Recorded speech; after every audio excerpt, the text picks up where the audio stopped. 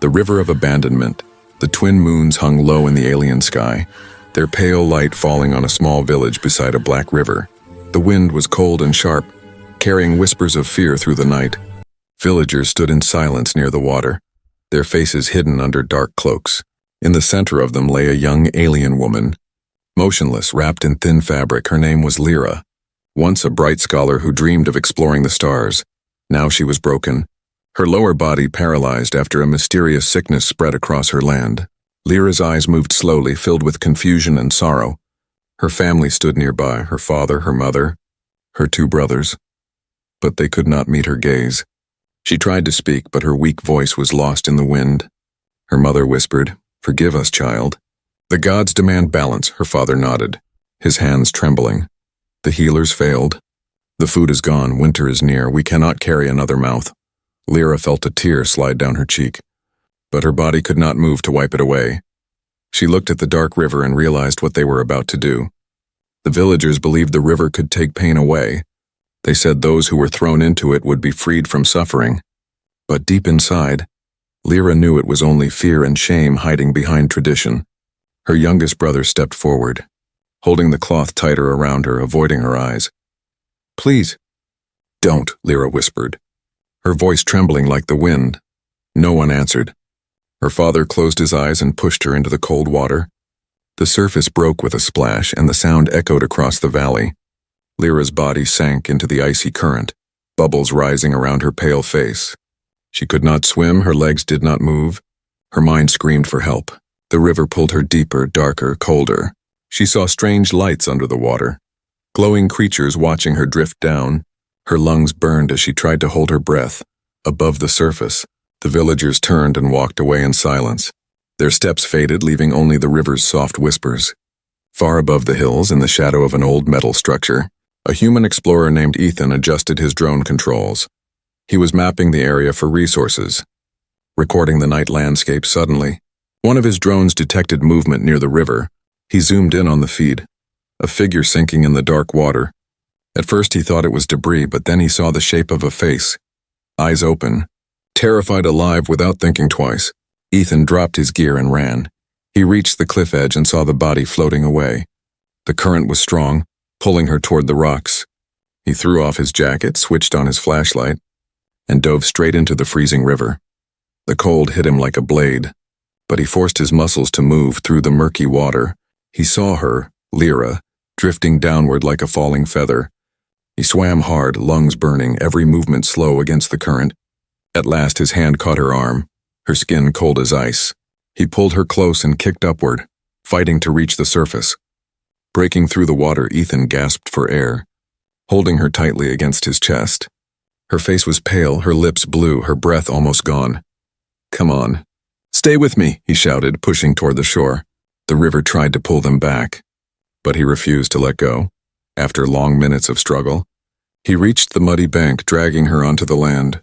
He laid her on the ground and pressed his hands to her chest, trying to start her heart. "Don't die now. Not after I found you," he whispered. Lyra coughed suddenly, water spilling from her mouth, her chest rising with a weak gasp. Her eyes opened wide and full of shock. The last thing she saw before losing consciousness again was the strange face of a human.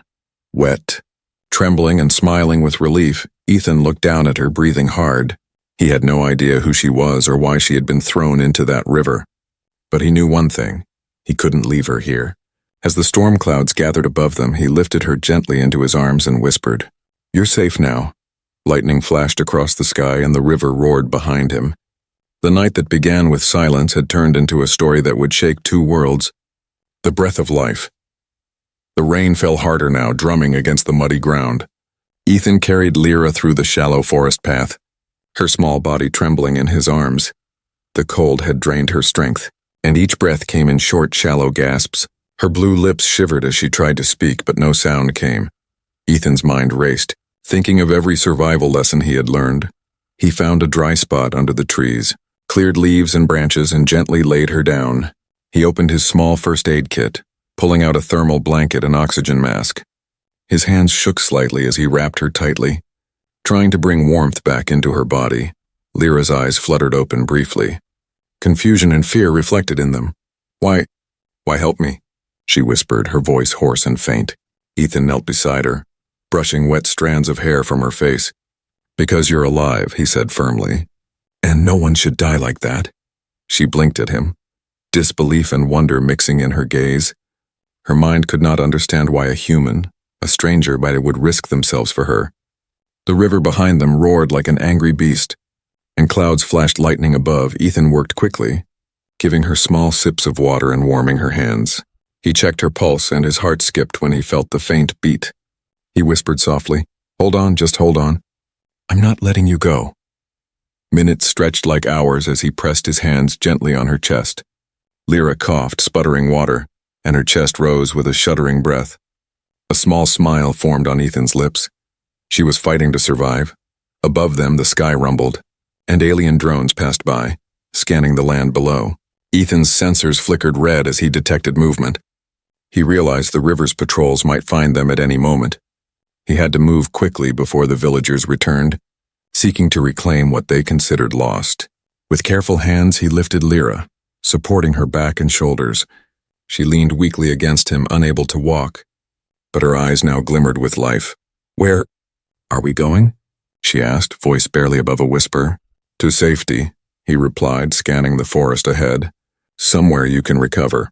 As they moved, Lyra's thoughts wandered to her family, to the river that had tried to take her. She felt anger, sorrow, and a strange hope all at once. She wanted to thank the human, but words felt heavy in her throat. Every step Ethan took through the wet, slippery ground was a battle against nature. The storm threatened to throw them off balance, but he refused to let go of her. Lightning illuminated her pale face and wet hair, making her look fragile, almost like a lost creature from a dream. Finally, they reached a hidden cave, warmed by a small geothermal vent. Ethan laid her down gently and set up a small heating panel. She shivered less as warmth returned to her limbs.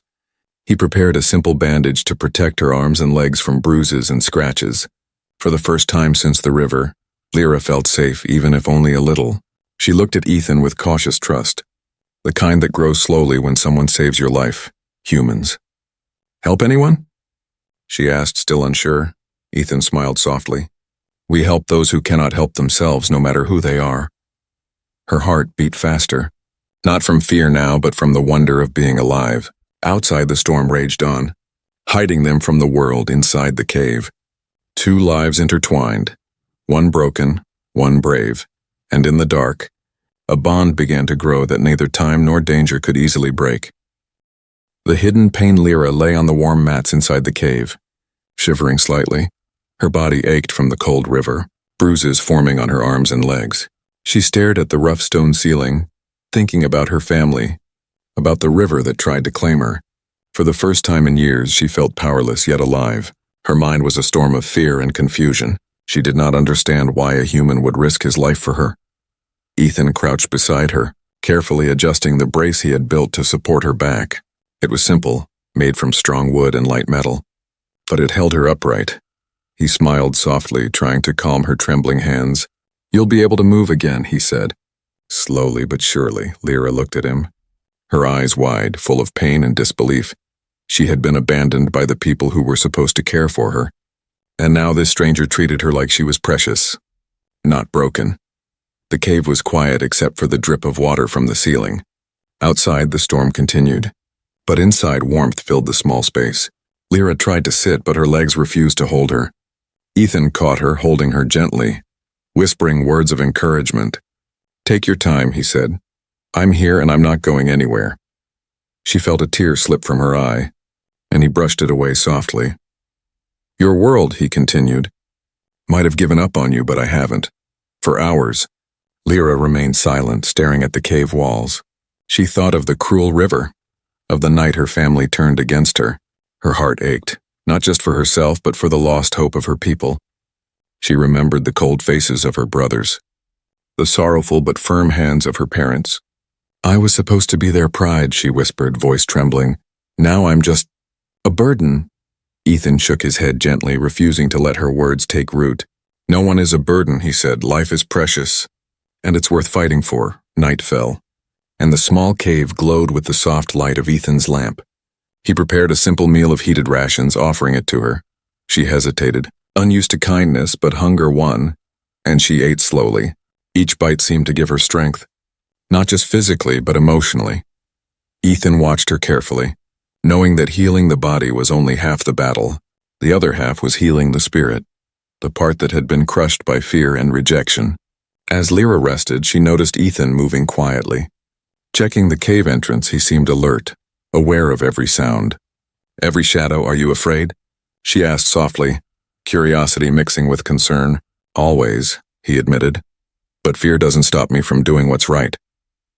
Lyra studied him closely, realizing that his bravery was different from the arrogance she had seen in many others.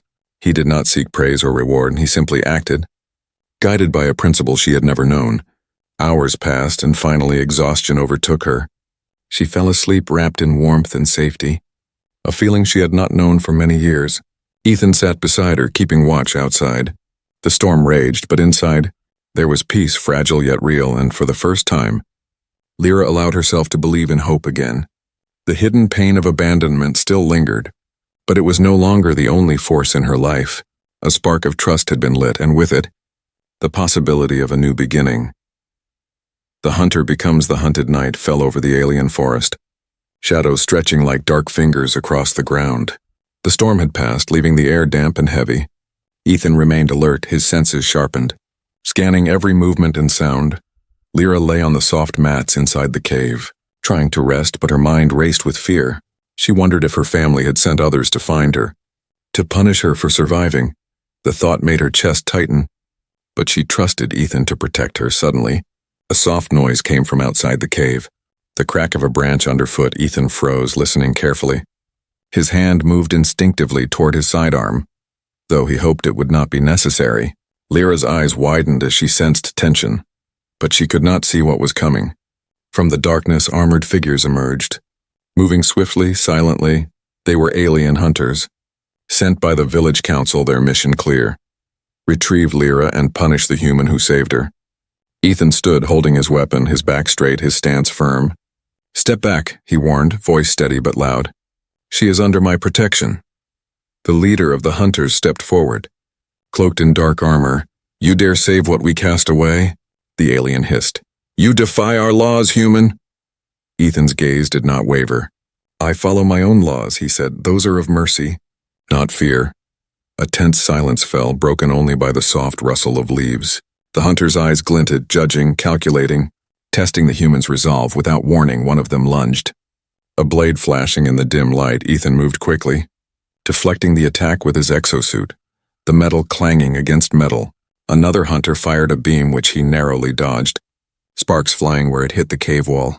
Lyra watched in terror, frozen in place, her pulse racing. But Ethan stayed calm, thinking strategically, not recklessly. He knew he could not let them take her, not after she had survived so much. The fight continued in the rain-slicked forest clearing, flashes of light from weapons cutting through the darkness. Ethan used the terrain to his advantage, ducking behind trees, dodging energy blasts. The hunters underestimated his strength, his determination, and his ingenuity. Every time they moved in for capture, he anticipated their moves, countering with precise strikes. Lyra began to feel a strange awe, watching a human fight not for glory, but to protect life. Her fear slowly shifted to admiration, her hope growing with each passing second. Finally, after a tense battle, the hunters hesitated, fear appearing in their eyes. They had seen humans before, but none who would risk everything to save another. Ethan stood tall, weapon ready, chest heaving from exertion. "Leave now," he commanded, "and tell your council. Mercy can be stronger than fear." The hunters exchanged uneasy glances, then retreated into the dark forest, their cloaks disappearing among the trees. Leaving only silence behind, Ethan returned to Lyra, kneeling beside her carefully. "Are you all right?" he asked, voice soft but concerned. She nodded weakly, tears glimmering in her eyes. I've never seen anyone fight for me before," she said, voice shaking. Ethan smiled gently. "Then you will see it again and again if needed." Lyra leaned back, finally allowing herself to breathe. The forest was quiet now, but she knew the danger was not gone. Still, she had learned something new. Sometimes the bravest act is not to attack, but to protect, and for the first time she felt truly alive, safe under the care of a human who did not know fear of death. The light in her eyes' days passed slowly, the forest quiet except for the distant roar of the river. Lyra's body had begun to recover, her muscles weak but slowly regaining strength. Ethan had built a small platform for her to sit on, and a wooden brace that allowed her to lean upright. For the first time in months, she felt a small sense of freedom. She watched the sunlight filter through the trees, casting golden lines on her pale skin. Every breath she took was heavy with both pain and hope. Ethan moved around the cave, carefully repairing a small mobility pod he had constructed. It was simple but sturdy, made of lightweight metal and soft padding. He demonstrated how it would help her stand and take a few steps. Lyra's eyes widened as she realized the possibilities. I can move again? She whispered, her voice trembling with excitement and fear. Yes, Ethan said with a smile. Slowly, carefully, but you will. A tiny spark of hope ignited in her heart, a light she had thought lost forever. Over the next hours, she tried sitting in the pod, her legs shaking as she adjusted her balance. Ethan guided her hands and feet, speaking calmly, reassuringly. Every small movement was a victory, every faltering step a triumph over despair. Her pale lips curved into a weak but genuine smile. For the first time, she remembered what it felt like to be alive rather than surviving. The fear of her family, the shame of her illness, all began to feel smaller, distant. Outside, the forest seemed to hold its breath, the air still and heavy. Strange alien creatures watched from a distance, sensing the change in energy around the cave. Even the river seemed calmer, as if the world recognized her small victories. Ethan's sensors picked up distant movement, alien patrols still searching. But he remained calm, guiding her, protecting her. You are stronger than you think, he said softly. And the world will see it soon. Lyra tried to speak, to express the gratitude she felt. I cannot thank you enough, she murmured, her eyes glistening. Ethan shook his head gently. You don't need to, he said. You only need to live and survive. And grow. She studied him closely, noticing his determination, his patience, his quiet courage. She wondered how a human could risk everything for someone they barely knew. And yet, there was no hesitation in his actions, only care and resolve as the sun began to set, painting the sky in streaks of red and gold. Lyra took a shaky breath and tried to stand with the help of the pod. Ethan held her arms, steadying her, and whispered encouragement, one small step, then another. Her legs shaking but holding, her heart raced, tears filling her eyes. For the first time in years, she felt the joy of independence, of movement, of life itself. In that moment, she realized something powerful. Life could be taken, trust could be broken, and pain could run deep. But kindness, courage, and hope could light the darkest paths. Ethan had shown her that, and in her eyes, a spark of change began to shine. The hidden despair that had lived in her for so long started to fade.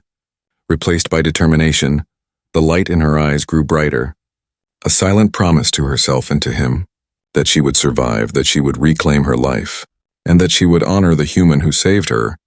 The forest whispered around them, the wind carrying a sense of renewal. Lyra looked at Ethan, her gaze steady, full of wonder and trust, and he nodded back, silently telling her, You are not alone. Together they would face whatever dangers came next. And in the quiet, a new chapter of life and hope began. The trial of mercy. The next morning, Lyra awoke to the sound of strange voices echoing through the trees. Ethan's sensors picked up movement, a large group of alien patrols approaching. They were heavily armed, their steps deliberate, their intent clear. Lyra's heart raced. Fear gripping her chest, she turned to Ethan, voice shaking. They have come for us, he nodded, eyes steady. Yes, but we will face them together. The patrol surrounded the cave, forming a tight circle, weapons raised. The leader stepped forward, tall and armored, his voice cold and commanding. You have defied our laws, human, he said, by saving the cursed and unworthy. Ethan stepped in front of Lyra, shielding her, his stance firm. You call them unworthy, he said. I call them alive, and they deserve a chance. The patrol exchanged uneasy glances, some lowering their weapons slightly. The wind carried tension, thick and heavy. Through the forest clearing, they captured Ethan and Lyra, binding them for transport to the alien council. The journey was silent except for the sound of chains and Lyra's quiet, shaky breathing. She felt fear, shame, and defiance all at once. Her family had abandoned her. Her people had labeled her a curse. Yet here was a human standing by her side, not faltering, not afraid. She drew strength from his presence. A small flame of hope in the darkness. The council hall was massive, filled with alien elders in flowing robes. Their eyes glinted with suspicion, anger, and curiosity. Ethan and Lyra were brought before them. Kneeling on the cold stone floor, the leader of the council stepped forward, voice echoing, "This human has broken our sacred laws. He has interfered with the fate of one deemed unworthy." Lyra's throat tightened, but she found courage, whispering to Ethan, "I will speak," when the council demanded her words. Lyra lifted her head, trembling but firm. "Humans help life, even when it is difficult, even when there is no reward," she said. "My family abandoned me, my people shunned me, but this human saved me. He did not ask for anything. He only acted with mercy and courage," the council murmured. Confused by the strength of her voice, even the guards lowered their weapons slightly. Unsure how to respond, Ethan remained silent. Letting her words carry the weight of truth, the council whispered among themselves. Torn between law and the undeniable courage they had witnessed, finally the leader raised his hand, commanding silence. "You claim mercy is stronger than law?" he asked, voice sharp but curiosity gleaming.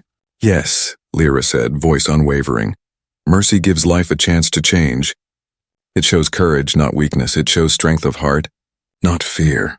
The chamber fell into tense silence, the weight of her words settling over everyone. Then, distant sounds echoed, the rumble of a human dropship approaching. The council froze, the reality of human power sinking in. They realized that the human they tried to punish was not alone. The balance of fear and respect shifted in an instant. Ethan looked at Lyra, nodding slightly. "You spoke well," he said quietly. Her eyes glimmered with pride and relief. Knowing she had made a difference, the council hesitated. Whispers of debate filling the hall for the first time. Mercy and courage challenged tradition, and in the stillness the seed of change began to grow. The trial of punishment became a test of humanity, and for Lyra it was a moment of awakening. She realized that life, even when harsh, could be defended by courage and compassion, and with Ethan at her side, she knew she would survive what came next. The river remembers. The sky above the council hall was dark with clouds, the air tense and heavy. Alien elders whispered nervously, glancing at the distant flashes of human engines in the sky. The dropship hovered over the forest, its engines roaring like thunder. Ethan and Lyra stood together, their chains no longer biting into their wrists. The council realized that the human they tried to punish was not alone. Power and mercy hovered together, and the decision now rested on courage, not fear. Outside, the forest trembled as the dropship landed, humans emerging with careful precision. They carried advanced equipment not to destroy but to protect. The council members stiffened, understanding in that instant that their actions could no longer go unchallenged. Ethan stepped forward, voice calm but firm. "We came for peace, not war. We came to show that mercy and life are stronger than fear and tradition." Lyra stood beside him, Brace supporting her back, her eyes shining with pride and hope. The council's leader frowned, uncertain how to respond. They had always ruled by law and fear, yet now mercy stood boldly in their midst. Lyra spoke again, her voice carrying across the hall. "I was thrown into the river because I was weak, because my family and people saw me as worthless. But this human risked everything to save me, and now I am alive, stronger, and more certain than ever. Life is worth protecting." The elders exchanged uneasy glances, the truth of her words undeniable outside. The villagers who had once abandoned Lyra began to gather. Watching from a distance, some whispered, questioning their traditions for the first time. Fear of human retaliation mixed with awe at the bravery they had witnessed. Even her family stood at the edge of the forest, faces pale, hearts heavy with shame. They had thrown her into the river, but now they saw what courage and compassion could do. Ethan turned to Lyra, nodding gently. "You taught them without violence, you showed them mercy and strength. And that is more powerful than any law." The council members hesitated, realizing the risk of opposing the humans for the first time. The weight of morality pressed heavier than the weight of tradition. Finally, the leader lowered his hand, signaling the elders to stand down. "Let this be a new beginning," he said slowly. "For life, for mercy, and for courage." Lyra's heart soared, relief flooding her body. She looked at the river nearby, its waters flowing dark and calm. The same river that had almost ended her life now reflected her rebirth. Ethan helped her walk slowly toward the riverbank. Her small steps steady, she touched the water gently, feeling its coolness on her fingers. "This river took my fear and gave me hope," she whispered, eyes glimmering. Ethan smiled. "It remembers everything, sorrow, courage, mercy. And now it will remember you as someone who survived and inspired." She laughed softly, a sound filled with light and relief. For the first time, she felt that her life truly belonged to her, and that she was not alone in the galaxy anymore. As the sun rose over the alien forest, golden light spilling across the river, Lyra stood tall, Brace supporting her, Ethan beside her, humans and aliens watching quietly. The river flowed endlessly, carrying both memory and promise, and in that moment, two worlds had learned something extraordinary. Life is sacred, courage is limitless, and mercy can change the course of the future. Lyra looked at Ethan, gratitude shining in her eyes, and he nodded, knowing that the story of the river and the human who saved her would be remembered forever.